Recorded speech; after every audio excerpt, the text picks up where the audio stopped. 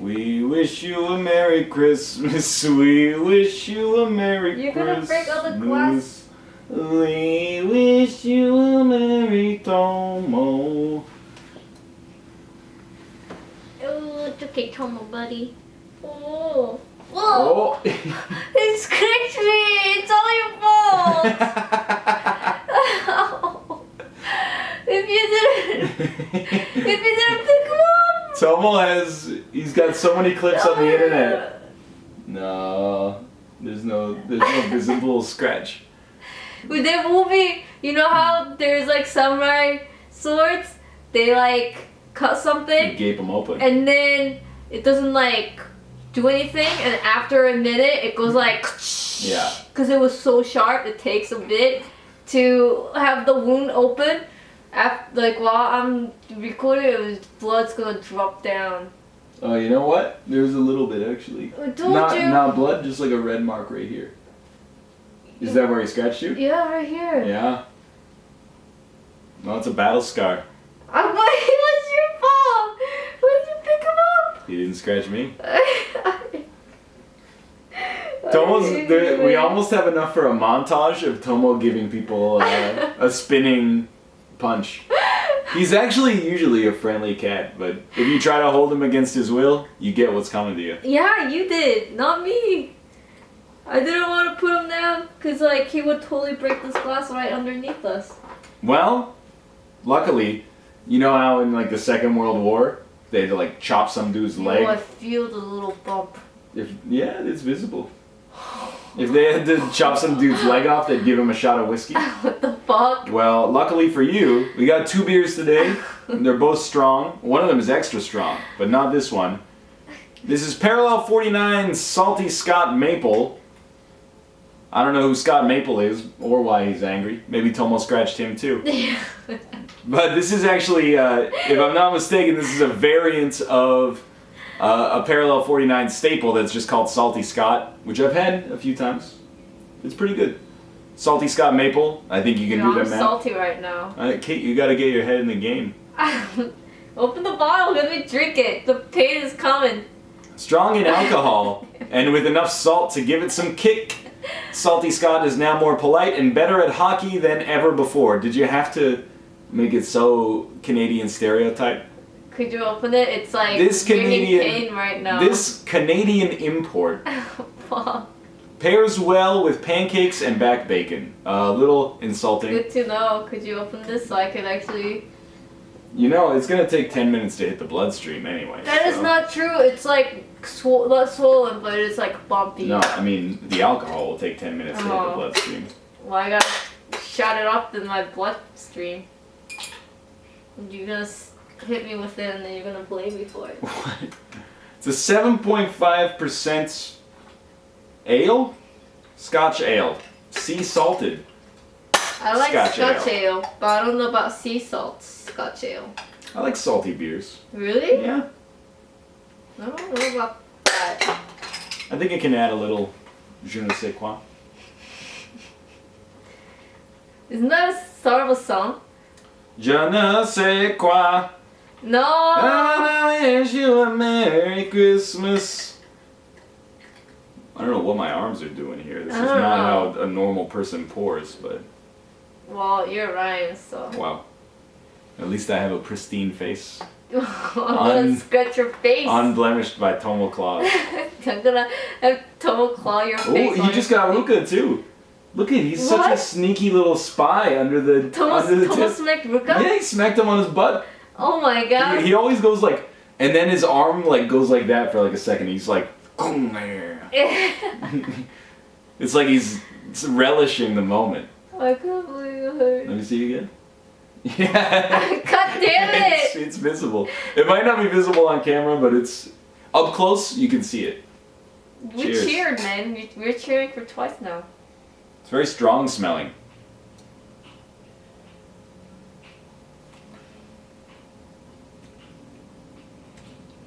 Yeah. I don't really taste the salt. It's definitely Scotch ale. If you don't know what Scotch ale, basically you brew the beer inside of the barrel of the Scotch, like that they would make for Scotch. So basically, the barrel has Scotch, like, because the wood would soak the Scotch, and then if you brew in that barrel after the Scotch is finished, it actually has that really nice Scotch smell to it. Monster, get away from me! Dumbo. Oh, you scared him. He went back to his cave. I looked him right into the eyes. One of the most famous Scotch ales, or at least most popular, is Innis and Gunn, which is really, maybe in the past like 6 or 7 years, made big inroads. Take a sip. Yeah. So it has a nice, strong. It has a nice like Scotch or whiskey warmth to it. The maple, I think it's just like a little sweetness at the end. You can smell it. I can taste it. You gotta like drink it. No, you gotta drink it and then have the air flow in your mouth.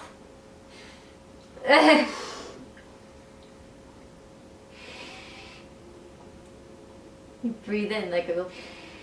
I mean, I'm not really getting... Really? Let me put it this way. It doesn't taste like maple syrup. I get a little, as Melf would say, a little sugar maple undertone to it. But honestly, I don't like maple flavoring that much, so I think it's a blessing for me that it doesn't taste like very overtly of maple. I think compared to Innocent and Gun, it's cleaner, it's lighter. Not saying it's like, you know, less of an alcohol, like lighter as like lifting. Oh my god, it hurts. Throbbing pain. Yeah, it's raised. Oh my god! Oh, this hit me before when I was hugging Tomo. That was beginning of 2016. And this is me ending 2016 with a battle scar. Well, you got a battle scar, and I went from 0 gray hairs in my beard to like 20. You have 20? I'm getting there. You can. No. Anyway, it's been so long since I actually had the salt. Well, since I had Salty Scott, that I can't really compare them 1-to-1. But I like this. I think it's maybe one of the strongest beers that Parallel 49's had in the pack. Like strongest, like the best. Well, yeah, in terms of quality, and I mean, it makes sense that Salty Scott sticks around. That's probably maybe like their 3rd most popular beer. Oh, so they actually do brew every year. It's not like a special thing. Salty Scott, I don't believe is seasonal. Okay. I could be mistaken, but I've seen it around, and I've even seen it on tap in a few places. I mean, I think Innocent and Gun is better, but maybe people will hate me because I just said it. Because isn't that like manufactured like a big brewery? I think that in 2016's era where like everybody knows a lot about craft beer, Innocent Gun has fallen in standing a little bit because it is kind of like a mass-produced import. Yeah. It's the most popular British beer in the world, I think. Maybe they will hate me saying like, "Kid, you don't know what you're talking about." But it's mass-produced. Just because it's popular doesn't mean it's bad. Like I have had many Innocent Guns in my life, and I think they're actually quite good. I mean, they're mass-produced, but they're pretty good. This one is pretty good, but I don't know. It's very close. That little saltiness kind of gets me a little bit. That's why. I'm gonna give this a 4. It's close. I don't think it's quite as good as Phillips' Twisted Oak Scotch Ale. That was so good. That was a different beast though. Even though it was kind of similar, like it's the same under category, it was a lot deeper. It was a lot woody, like more death, more darkness. Speaking of which, Ruka's pooping and looking out the window right now. Isn't that a best view? Like you're sitting in the toilet and then you see outside. It's like you have the outside don't care about seeing you. Well, it's like you have a window that comes up, like the window goes from like here to here, and then it's a wall because his butt is in the litter box. Yeah. So he gets to poke his head out and look at people outside. Yeah. You'd imagine that he's pooping on them. I'm gonna give this a 4. I think it's quite good. I give this 4.5. Yeah, I think it is a borderline 5, honestly, for me. And the next one is scary. It is scary. This is the strongest beer that we've seen in the collection so far. This is Red Racer's Belgian Strong. If you can believe it, it's 11.2%. It's a parody art of like, what is that? Rosie the Riveter. Look. Yeah, we can do it. Yeah, we can do it. So, I mean, it's 11.2%, Oh my god. which means this is almost as strong as like your average wine. Yeah. And there's 330 milliliters of it. Mm-hmm. To brew a beer up to true Belgian standards takes some elbow grease, flexing some we can do it muscle. This Belgian strong ale is big flavored with dried fruit and spicy esters alongside a smooth and warming mouthfeel. Esters is exactly what I do not like about Belgian beers. Oh no. But I'm not saying it's bad. Belgian beers are... Hey, get out of here. Smells like Get outta cat here. poop. They're extremely well respected, but there's like... It's... I associate the taste too much with like artificial banana. And when I drink it, I'm like... Ugh. How does she do it? Let me... Oh, I got it. I got it. I want to try. I got Okay. it. I got it. You know what? Take your Tomo Rage out. No, here, then you take this. I'm gonna do it from the top. She's so oh my good at god, I'm so good! it. Whoa. Whoa. It's like... Blood. I was gonna say, it's blood red. Well... Burgundy. I guess we should pour it on camera. I am already. No, I was not, though. By the way, big ups to Parallel 49 in Central City for making it that if you ever skip a day of drinking beer, you get to have a 7.5% and an 11.2% beer the next day. Yeah, and I have 9 a.m. rehearsal tomorrow. Whee! There were like some Belgian Weiss beers that were like 3.5%. Why couldn't you have the 11.2 surrounded by some 3. I almost think that we're on the upward track now. I don't know if it's ever going to get higher than 11.2, No. but I think like we're past the point of December where the average person works, I think. Or maybe today is Friday, and this is Friday's beer, right? Yeah. So they're like, usually people, today's 16th, and schools and work usually finish today, and then it's holiday, because it's next week is Christmas. So I think they're just like, this is it. This is what you've been working hard for. Now you get your break. What's the latest you ever had an exam in university? I don't know. Cheers. Wow. Sorry for trying to make some conversation. Oh my god. It's very strong. Strong up that banana smell that you're talking about. Wow. Yeah. Is a Ooh. very full-bodied beer. Speaking of full-bodied. Ew.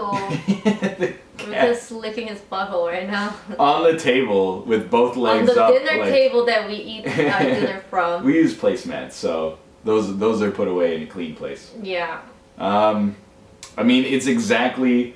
Remember yesterday, we had the Belgian triple. Yeah. And I was like, I don't like Belgian beers. They have like this weird malty, but it was yeasty really taste. light. No, that one was great. Yeah. This is exactly what I hate about Belgian beer. What I dislike. It's like that weird... I think it's the ester taste. I think so. And it's not necessarily bad, but it's just not my style as far as beers go. There is that little bit of the distinct smell and taste of that, but because it's carried with the very nice, rounded, full body beer, that it is kind of carried very well. I think if it was just carried in a very weak, light body beer, it would have been more, in a way, offensive, I think. But because it is well carried and well rounded, I think it actually does work. Oh, shut up, you squid. I can't believe these cats they sleep all day and we turn on the camera, they're so energetic. The way it is very fruity. Like I have to say, it's very flavorful. You don't taste the strong beer when you first taste it. Like it's not like you taste the alcohol, but I feel it. It's quite sweet. It feels like a sangria, but no. I feel like it's kind of like a sangria, but with different fruits. It's made with dried figs or something like that instead of sliced up oranges. Does not taste like sangria at all. But I get where you're coming from. that it is quite strong, but it's not just like a strong beer. There's like not really fruity, but like something that you don't see in beer. Mostly kind of I want to describe as like flowery kind of. So I think I understand your comparison. Let me put it this way. If I got this from like a mead hall, I would expect like a Swedish Valkyrie to be like having a ladle and like getting... And then you'll have this like the tin. Or like a horn, like a yak horn. And she's got do you want any pears with the Belgian, whatever it's called? I can't remember at this point. But the answer is no, I don't want any pears. It's pretty good. Belgian strong. I actually like it more than I thought I would. What would you give? I think I'm going to give it a 4. I don't like it as much as yesterday's, but I like it. And I don't know, maybe this can be my gateway into real Belgian beers. I find it funny that... I give 4.35. It's a good day then. Yeah, it's a very good day. Definitely like 2 of the strongest from... But I have no idea how I'm gonna drink 2. Yeah, I mean, if you're only gonna drink one, you should drink the 11.2% one. Because, otherwise, I'm gonna be out of commission tomorrow. No. I'm gonna look like Ruka looks. We keep making these jokes about the cat, you can't see him, but he's like... He is sleeping. After he licked his butthole, he's sleeping on our dinner table. What a weird cat. Yeah, his ears are back too, he knows. That's where we eat, and then he just like, yeah, I'm gonna eat my poo on your dinner table. I like, every day, we record these so late. Yesterday we recorded at like almost 2 a.m. 1:45. Today it's 12:30, which is a little... It's a little earlier, thankfully, but I don't really know, like, I'm not acting when I'm on camera.